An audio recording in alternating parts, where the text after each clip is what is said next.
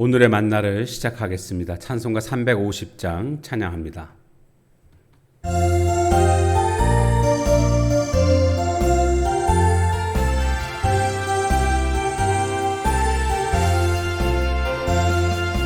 우리들이 싸울 것은 열개 아니요, 우리들의 싸울 것은 육체 아니요, 마귀 권세 맞서 싸워 깨쳐버리고 죽을 영혼 살릴 것일세. 한 마음으로 힘써 나가세, 한 마음으로 힘써 싸우세. 악한 마귀 군사들과 힘써 싸워서 승전고루를 이기까지. 아멘. 하나님 말씀 여호수아 6장 1절에서 14절까지 말씀 보겠습니다.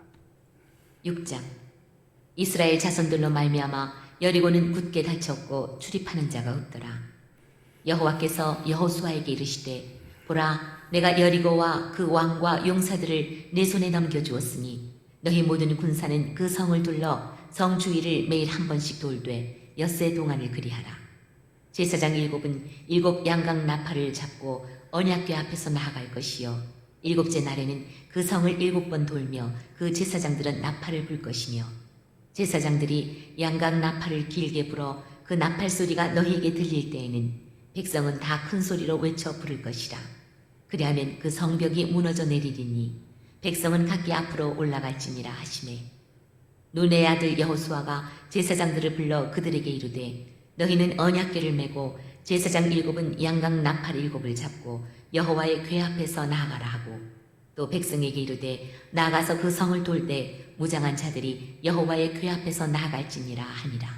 여호수아가 백성에게 이르기를 마침에 제사장 7은 양각 나팔 7을 잡고 여호와 앞에서 나아가며 나팔을 불고, 여호와의 언약궤는 그 뒤를 따르며, 그 무장한 자들은 나팔 부는 제사장들 앞에서 행진하며 후군은 궤 뒤를 따르고 제사장들은 나팔을 불며 행진하더라.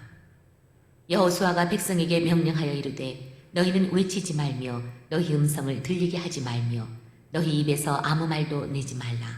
그리하다가 내가 너희에게 명령하여 외치라 하는 날에 외칠지니라 하고, 여호와의 궤가 그 성을 한 번 돌게 하고 그들이 진영으로 들어와서 진영에서 자니라.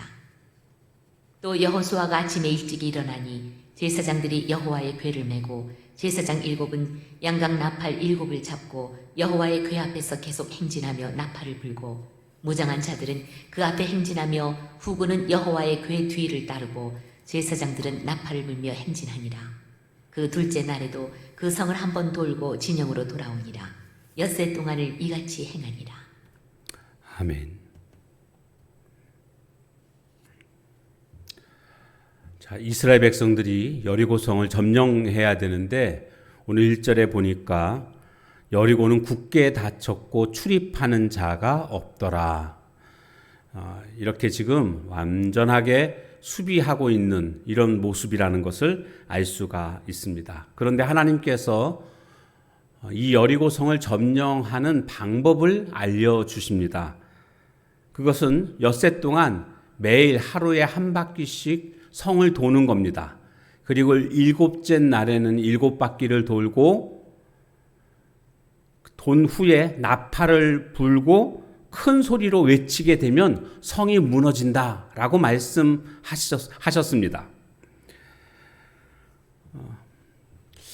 이 말씀 속에서 하나님의 행하시는 방법에 대해서 좀 생각해 보고 싶습니다. 하나님의 방법은 우리 인간의 상상을 초월한다라는 것을 우리가 깨닫게 됩니다.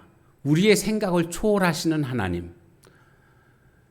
그러면 오늘 하나님이 하시는 이 일에 대해서, 이 역사에 대해서 오늘 우리는 어떤 반응을 나타내야 할까요?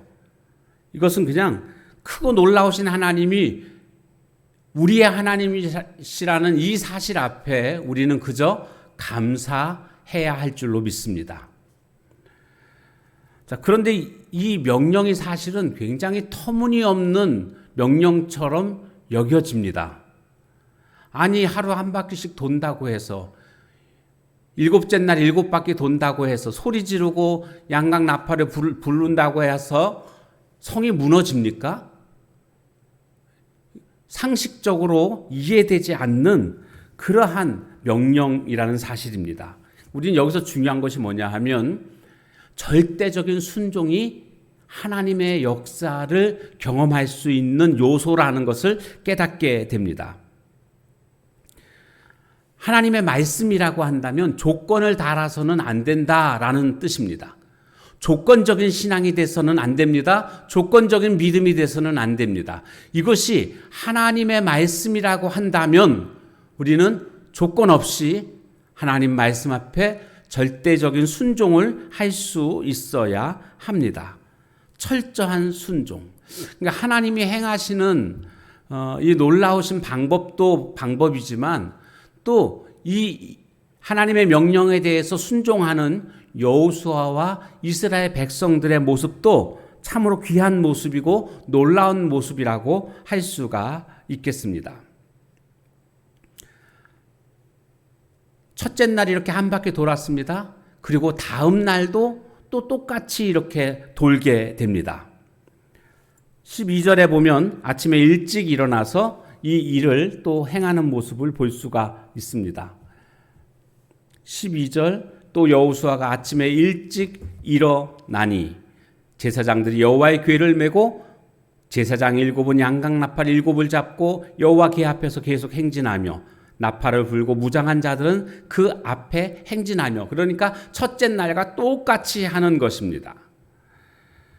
그리고 돌고 나서는 진으로 돌아와서 이제 또 잠을 청하는 이런 모습들이 이스라엘 백성들에게 반복되고 있습니다.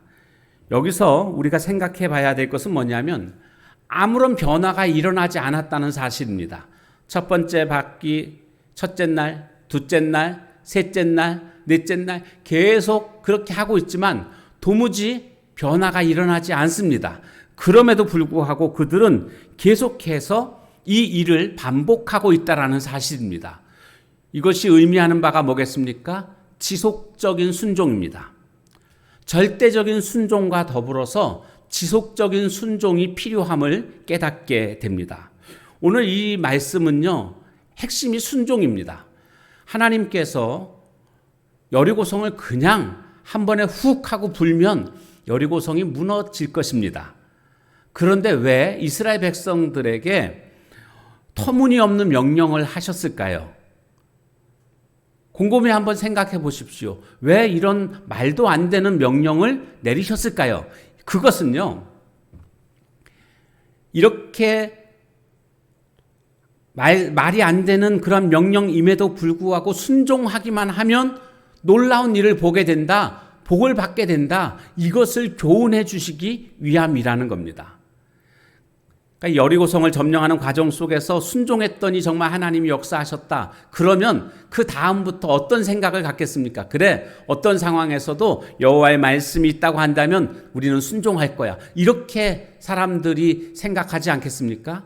하나님은 바로 그것을 교훈하기 위해서 이 여리고성에서 터무니없는 명령을 하셨던 것이고, 이스라엘 백성들은 절대적인 순종과 지속적인 순종을 통해서 결국 여리고성의 무너짐을 그들은 경험하게 되는 것입니다.